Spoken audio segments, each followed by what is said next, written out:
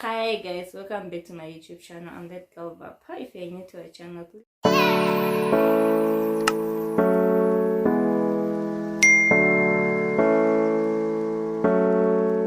please don't forget to subscribe. Click on the notification bell so you get notified whenever we post a new video, and don't forget to give this video a thumbs up. So guys, we are in 2022 and we came back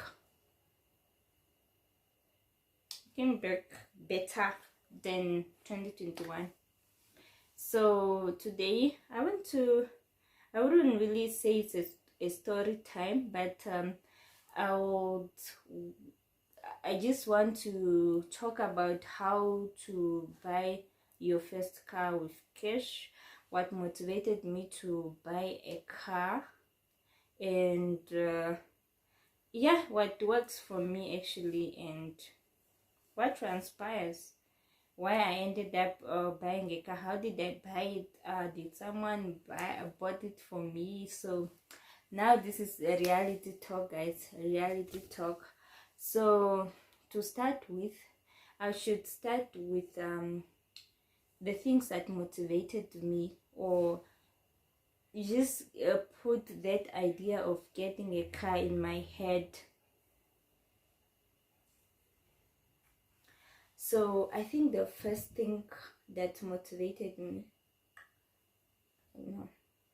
so the first thing that motivated me to get a car was that it was always a struggle. I stay in a location that is very far from my workplace, and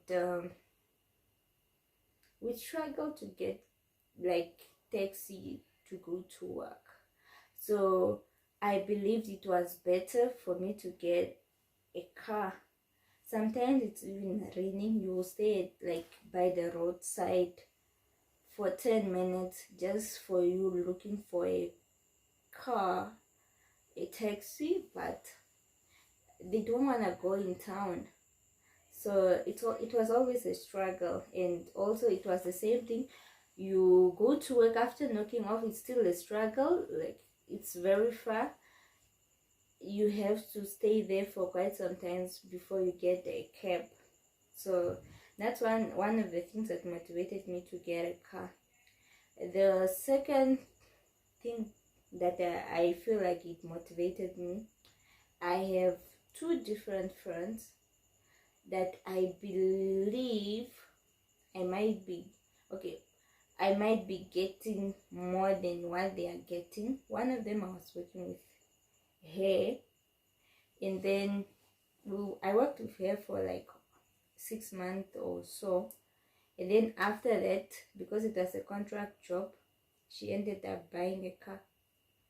And myself, I didn't have money to buy a car. Like I didn't save up for a car, and I couldn't say she bought a car with a bank because it was a contract job and she didn't have any other option. Like I couldn't believe there was any other source of income. But you can tell the car that she bought, it was reasonable compared to the money that she was getting. So that was a good motivation. Though I understand from my side, when I was working with her, from my side I was actually trying to work at home, and I didn't think of a car. And the second person was another friend of mine. She bought her car. I was so excited about her, and she's just a hard working young lady. Also for her, like she worked hard, so she also saved up for her car and she bought it cash. So I was like, okay, you actually don't need to have a lot of money to get what you want. You can work hard to get what you want. So I learned a lesson. Like I was just taking notes. Oh, okay, so people do save. And at that time, I didn't even have I don't think I had a saving account, did I? And I didn't know much about saving account, so I now inquire. I think after now, like after my contract job, I want to go open up a 32 days account, because that's the account that is known by most of the Namibian. I think everyone knows about the 32 days account. And then later on, I learned about the unit trust, which I think it was better than 32 days account, because the interest is really good. So I ended up also opening a unit trust account, and by that time we just used to have 5,000 for you to open it. Unlike now, if you want to open a unit trust in Namibia, you have to have 75,000 Namibian dollars for you to open that account, which is a lot of money. Like, I want an account for me to save, and I should have 75,000 from where?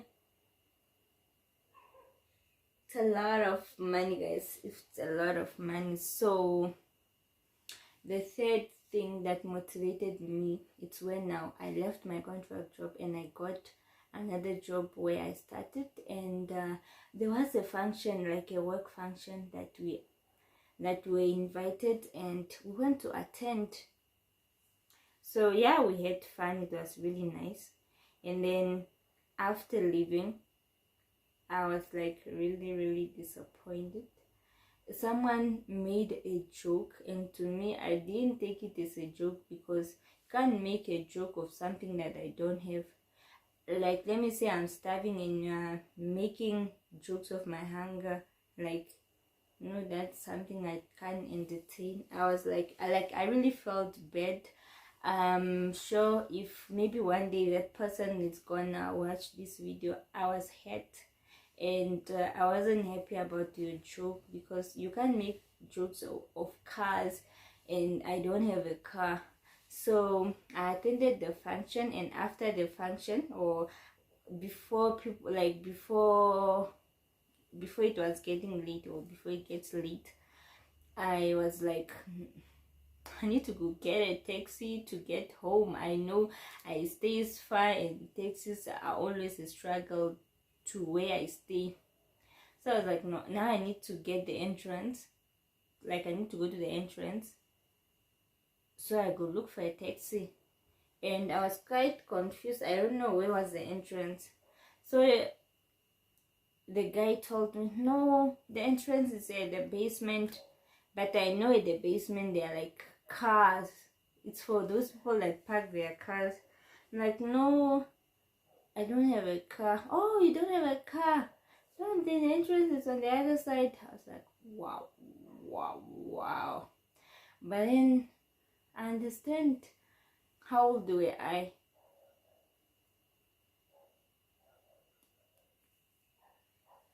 Okay, I know I was above 20 and less than 25 years. So I was like, there's really no point for me to rush to buy a car, and for you to compare with me that like I was supposed to have a car. It's weird. It's also like, for one to have a car, it's their personal choice. A car, I feel like it's not really a necessity. If you can't afford it, or you feel like there's no need to have one at the moment, it's okay. It's not a necessity, really. You can get a taxi to get wherever you go. Even now that I have a car, I don't really drive around a lot. Like, can't really move around a lot. I drive from home to work, I work home, or just to the shops. That's all. And I also don't travel a lot, and I need to start traveling. Like, it was if there was a girls trip that I made, guys. I drove from Windhoek to Grossbarmen, and then from Grossbarmen went back to, we slept in Okansha, and then we went to Van Back Dam, and then we drove back to Windhoek. It was really fun. If you haven't watched that video, just go look up in my video, or I might leave the link in the description below, then you can watch the video. So I feel like those were like 3 main reasons why I ended up buying a car. So I have that in mind now. Like my mission was for me to buy a car, and I was thinking, okay, I have to buy a car. I do not have a driving license. It was a whole struggle, guys. I know, like I'm like buying a car and you don't have a driving license. Now it means I need to work on my driving license. So I got my learner's driver license, or my learner's. Then I have now to invest in my driving school. I think I spend about 7,000, which include the driving hours and the NATA's fee, because I used to drive every day, and weekends I drive 2 hours, and I drove for like I drove for 2 months because I was learning from the scratch. I didn't know how to drive, so I have to take that long. I learned how to drive for 2 whole months, and then the beginning of the 3rd month I went for a driving test. I passed. I got my driving license.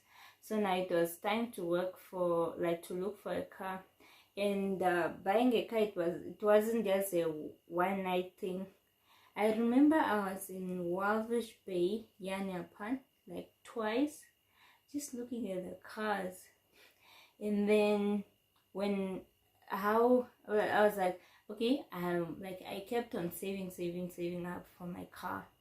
I can't remember really how much I was saving per month, but any extra money I had, I put it on my saving account, and then that's how the money accumulated. If I get extra money, maybe I worked overtime, I put it up on my saving account. And when I saw I had enough money, I now like got serious to look for a car. So I went to garages, car dealerships in Windhoek, looking for a car. But I think before that there was one car I actually saw. It was an Audi. It was looking nice in the pictures, and then I think I posted something on Facebook. I'm looking for a car. I had within these price ranges, and people were inboxing me, sending me the car pictures. I was just like, okay, now I need to be careful, because some of these people, they're just selling cars. Some of them you don't really know if they have problems or they are fine, and it's something that you have to take a risk. So I was like, let me just ignore this, because it's really risky buying a car from a stranger or someone that you don't know. Even if you are getting from a dealership, but there you more trust the dealership than someone from the street. So what I did is, so I was asking now people around if they know people selling cars, because actually if you are getting a car from someone that knows someone, that's actually better. And I think I got one Audi that was being sold in the north. I'm in the capital city, so they sent me the pictures. Oh my goodness, the car was really looking nice. I was impressed, and the price was also reasonable. I had the money that they were looking for, so I was like, yo, this is the car. I want this car. And now I have to send my friends in the north to go look at the car. The feedback that I got, it wasn't really what I was expecting. They are saying, no, this car is old, and the kilometers were above 200,000 kilometers, which was, it was a lot, especially I'm a girl, and the car really looks tired, though the engine is big. 200 kilometers is too tired. It's tired, like very tired. It needs to rest, but not on me. So I have to let go. And the next option, I went now to going to car dealerships, garages that are in Windhoek, and look for cars. And I noticed some people will buy a car, like I'll go to the garage, I have a certain amount, let me say I only have 50,000 Namibian dollars and I want a car. You end up buying something for 50,000 Namibian dollars because you want a car and that's the only money you have, but not because you like the car. So that was the tricky part. I didn't want to buy something that I can afford, but I cannot love it. So I was looking for a car and I was now in search. I was like really serious. That was now the beginning of 2019. I was really serious. I was serious to get a car, and I found one doctor who works in Central Hospital, and he's not a Namibian, so he was moving back to their country, so he was selling his car. I loved the car. I was like, yo, this is the car. I think I found a car. So I told my sister, no, this car, it looks nice. I think I love it and I want to buy it. So me and my sister went. So we went to go test drive the car. And it was really nice. So I was like, yeah, I think I was impressed. I'm impressed. I want the car. And then I now got someone who works, I think it's like an agent who works for a certain garage in Ventuk, send me the like another version of the car that I want. Guys, I was like, I need to go check out this car. Like, I need now to go check out this car before I make up my mind. And then I went now to the dealership, check out the car. I was like, okay, I'm seeing this car, and then I'm seeing other cars in the garages. But then now the problem was I was short some amount, but the car was like really beautiful. So I had to make up my mind. I was like, no, can you not sell the car to me for this amount? And then the dealership was like, no, unless if you give us this much. What much? This is the only amount I have. Actually, like when you are buying something, you can't put your whole cash in it. What if something is wrong with it or it's not working? Especially now, it was a second-hand car. It wasn't a brand new car. So I was like, I can't take out everything from my saving account. What if now I need to fix something or I found a problem and they don't want to take back the car? Then I had to fix it myself. Okay. So I was like, oh, I only have this much, like this is the only money I have at the moment. No, you can actually pay for 6 months, and like you can pay for 6 months the remaining amount. I was like, okay, give me a month. So I paid the amount that I said I have, and then I took the car. The car was smooth. I loved it. I love it. And I think I was in love with the car. I'm still in love with the car. And if one day I had to buy a new car, oh guys, I don't think I'm ready to sell it. I don't know. I love it. It's not a fancy car, but I fell in love with it.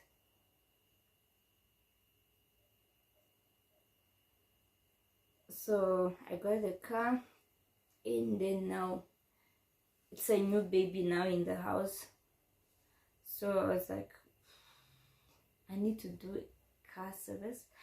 I need to change this car ownership to mine or to me, and I have to buy new tires. I have just like a lot of things that I need to do, man. So the first thing I want to notice, it wasn't really hard. I don't know, maybe they are saying the car just came in the country. Probably they changed the ownership to ownership when they brought the car in the country. So when I went there, the car didn't even go for a driving test. So they just changed it to my name. Probably like the car came yesterday, I came today, and everything was done that day. So there was no point of me repeating the process again. The car was fit to be driven. So now the first thing I did on the car, I bought the new tires. I think it was, I went to Continental and I found the tires on sale. So I was like, there were 4. So I just bought the 4 tires. They put them on and I sold, I sold the old ones. The one I found on the car, I sold them, but they were not looking old. It's only that they were meant for cold weathers, and Windhoek City, it's hot. So I need now the tires for our weather. And the second thing I did on the car, it's car service. And I was like, okay, this is the second hand car, and me doing a service under the tree for the car that I bought recently, it won't do me justice. So I made the quotation at Zimmerman Garage, and I made 2 quotations. I forgot the other dealership name, but at Zimmerman I think it was cheaper. So I decided to go to Zimmerman. It was about 10,000 for a car service. I was like, no, this is my first time doing so let me just sacrifice for this. Let me do this car service. So they did the car service. I was like, okay. And the gearbox oil, because I said, no, that gearbox oil might give you a problem because it's coming from another country, the weather is different, you need to change it. I'm like, okay, fine, to change it, give me a quotation. No, so together the service and the gearbox oil change is 15,000. Okay, I paid the 15,000. Service done, gearbox oil changed, done. It was fine. So that's how I bought my car. It was a second-hand car, and it's about to turn 3 years, so I'm not regretting. And it's actually a good thing if you can afford a car cash. I advise for you to do so, but if you prefer buying it with your bank for some securities, it's also fine. It's only like from my side, it helped me to qualify with a higher amount when I bought the house, because the car was not with the bank. So yeah, if you like the video, please don't forget to subscribe, give a thumb up to our video, and share our video. Thank you so much for watching. I hope you have enjoyed this video. I will see you in my next video. Thank you so much for watching. Bye bye.